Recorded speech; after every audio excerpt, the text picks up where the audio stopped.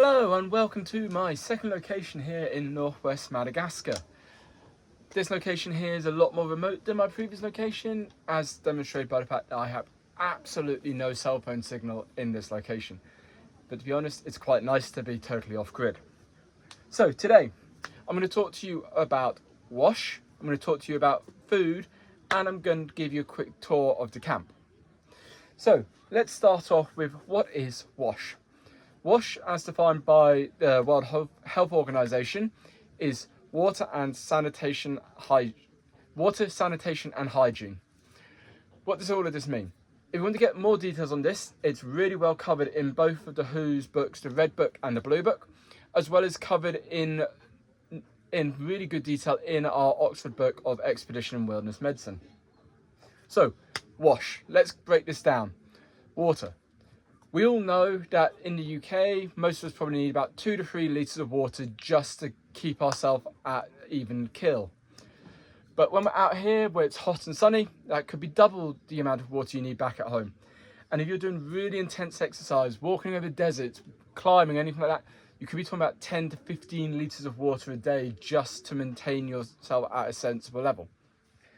So 10 to 15 litres of water equals 10 to 15 kilos, which is quite a lot of weight. And that's just for our intake. Then you also need to add in your personal hygiene, your cooking, all of this. So water is a massive thing to think about when we're on these expeditions. So how do we get water? The simplest way is we get the water from a nice, clean, natural spring, well away from any contamination. But we can't necessarily do that. Same way as if you're trekking across Antarctica, you would think you could just eat the snow. But again, you can't. You need to be thinking about making sure it's clean, making sure it's hygienic. So let's break it down. There's lots of different ways you can make hygienic and clean water. First of all, you can get the most classic one, and that's getting water and boiling it. Boiling it at 100 degrees should kill off all parasites, etc. But it's important to remember, before you do any of these water techniques, it's best to filter the water just to remove any gross contamination. So any big bits of rubbish, any big bits of debris or anything like that, just to remove silt, etc., to make sure it's a bit cleaner to drink. Then you need to think about what you're going to do after that. That water there could be useful for washing.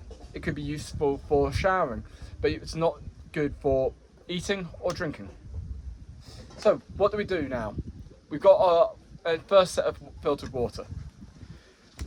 Then we need to make sure it's clean. So the easiest way and the most common way is by boiling it at 100 degrees for 5 minutes. But that's not always possible because that could take up a huge amount of energy. So other ways we can get clean water is we can do a second lot of filtration. So through a really tightly woven filter which can help remove any more filters, viruses, etc. Some of the most common ones you might have heard of are things like lice straws. But these again are covered in a lot more detail in some of the books I mentioned earlier. There's other ways we can deal with water, and that includes chemical cleaning of water. You can add it in iodine tablets. You can add in a variety of different types of chemicals to try and clean water, kill off viruses and make it safe to drink. That includes chlorine and UV light. All of these work really well. But you just need to think about what resources you have available. If you're using chemicals, you need to make sure you've got enough, and you need to make sure that they can be released into the environment afterwards. If you're using UV light, you need to make sure you've got a big enough battery supply to provide enough water for everyone in the camp. The filtration system is the easiest way and the most commonly used way.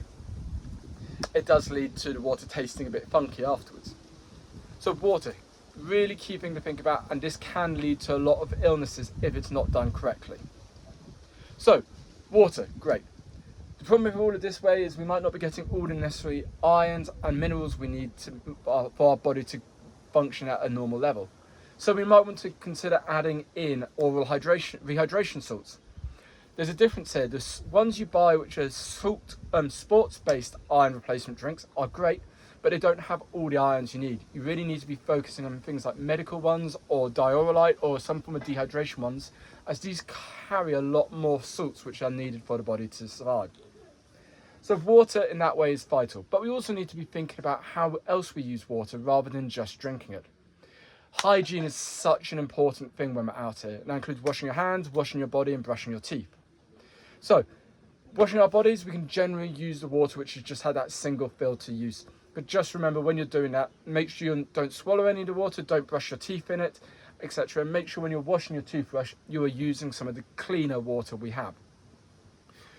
When it comes to washing our hands, we need to be really careful here. So things like when we wash our hands, put some bleach or something like that into the water supply.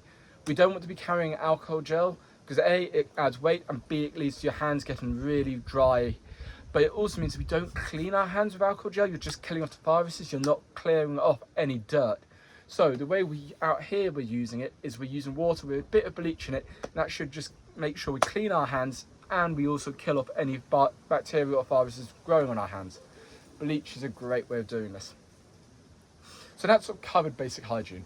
We want to be ensuring that everyone has regular showers, because A, it helps keep them clean and means that there's less chance of catching some of infections, and it means you've got less chance of getting things like cellulitis. But it's also good for camp morale. The last thing you want to do is have that one person in the group who's got a wee bit of body odour, and it makes everyone else feel a bit uncomfortable, and it sort of decreases morale around the site.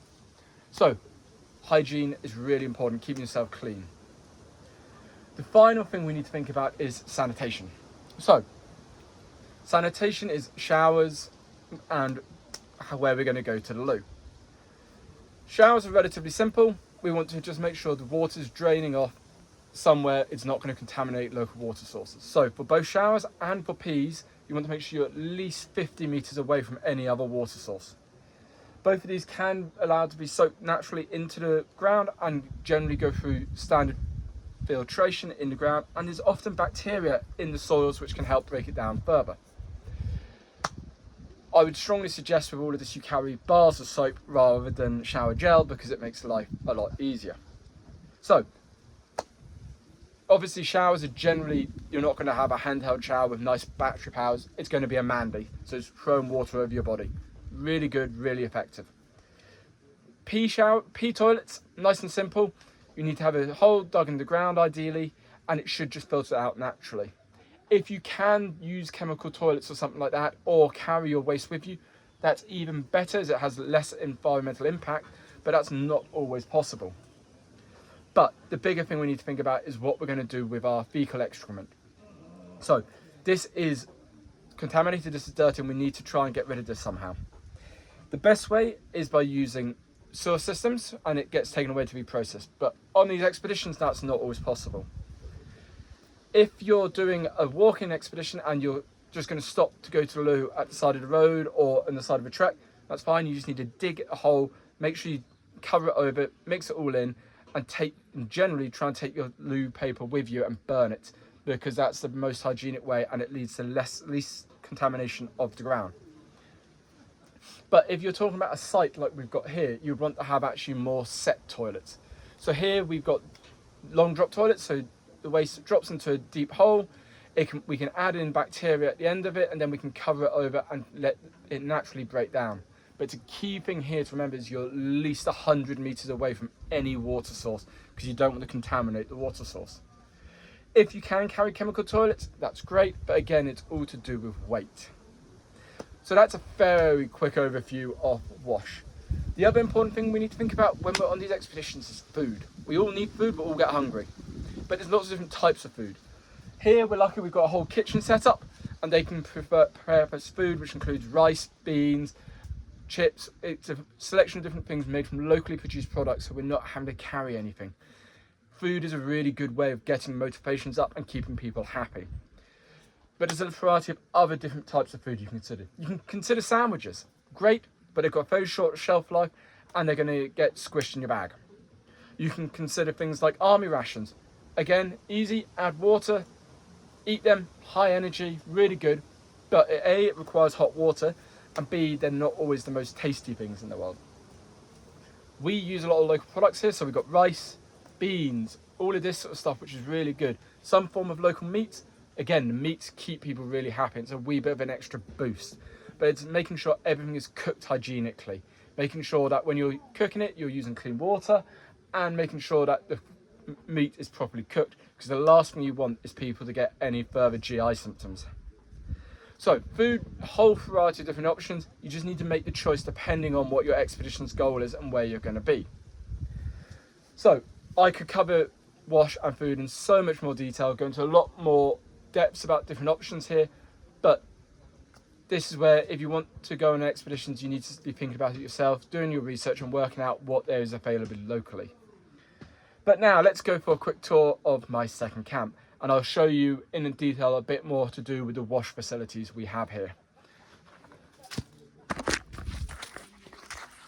So to begin with, I've got my new medic room. A bit smaller than last time, but contains all the basics we need, as well as some power to keep things cold in the fridge. Same sort of medications as we had before.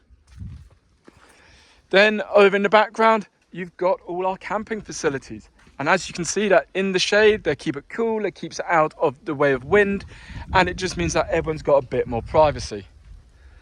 Outdoor seating area, always nice to sit and have a chat with everyone else who you're working with. And we're playing a bit of football. I'm not going to show you into our kitchen, as this is run by some of our locals and it's a really effective kitchen. But here they produce all our food, keep it clean, and make sure we're all kept happy. Working our way around, we're lucky here, we've got a variety of local shops, and they give us some of the more home comforts we might possibly need. Working our way around here, we've got our sort of bunkhouse, our longhouse where we all eat, we have dinners together, we do our research together, and we do all the information you could possibly need. And as you can sort of see in the background over here, you've got your white jugs over there, and that's where the water's getting filtered through for our drinking water. And over there in the green buckets and the half cups is where we wash our hands with the bleached water. As you can see, it's all really focused on keeping us healthy and fit. Most of our water does come from a well just down by the lake, and that's what's important, that we make sure our sanitation amenities are kept well away from contaminating the water source. Working your way around, we have got our shower blocks. Again, these here are Mandy showers. You fill up your water from over there, which has been simply filtered, give yourself a wash and get yourself out of there. And you can also do some laundry there. Working our way around, and you've got the toilet blocks. Again, long drop toilets. You've got ash in front of each toilet, which you use to cover up any smells afterwards. And you've got your hand washing facilities. And as you can sort of see, further in the background, there's more accommodation. Well, I hope you enjoyed this quick tour of our camp here today. And any questions, fire them across. Thank you.